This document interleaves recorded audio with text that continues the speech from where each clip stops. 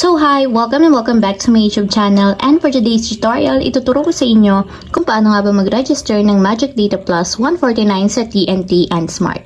So una-una guys, mula dito sa ating mobile phone, pumunta lang tayo sa dial ng ating mobile device.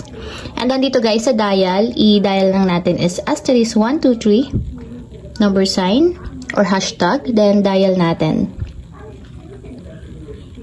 So yun guys, after nyan, ang pipiliin natin dito is yung number 7. So yun yung magic.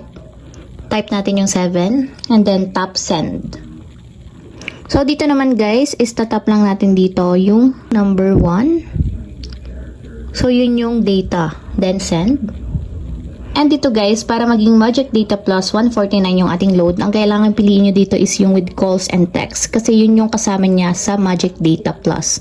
So pipiliin natin guys is yung number 5. Then tap send. So yun yung with calls and text. So yun yung ibig sabihin ng Magic Data Plus.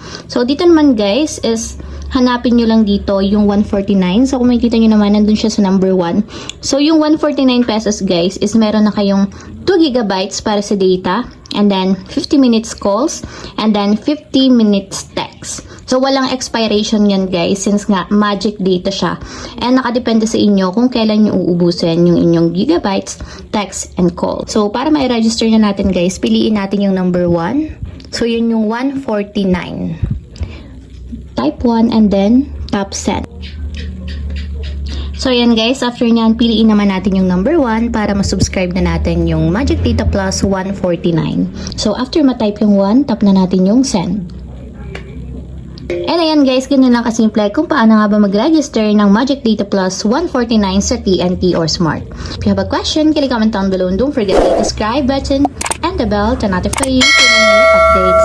And thank you for watching! Living life, every day, late at night, not okay.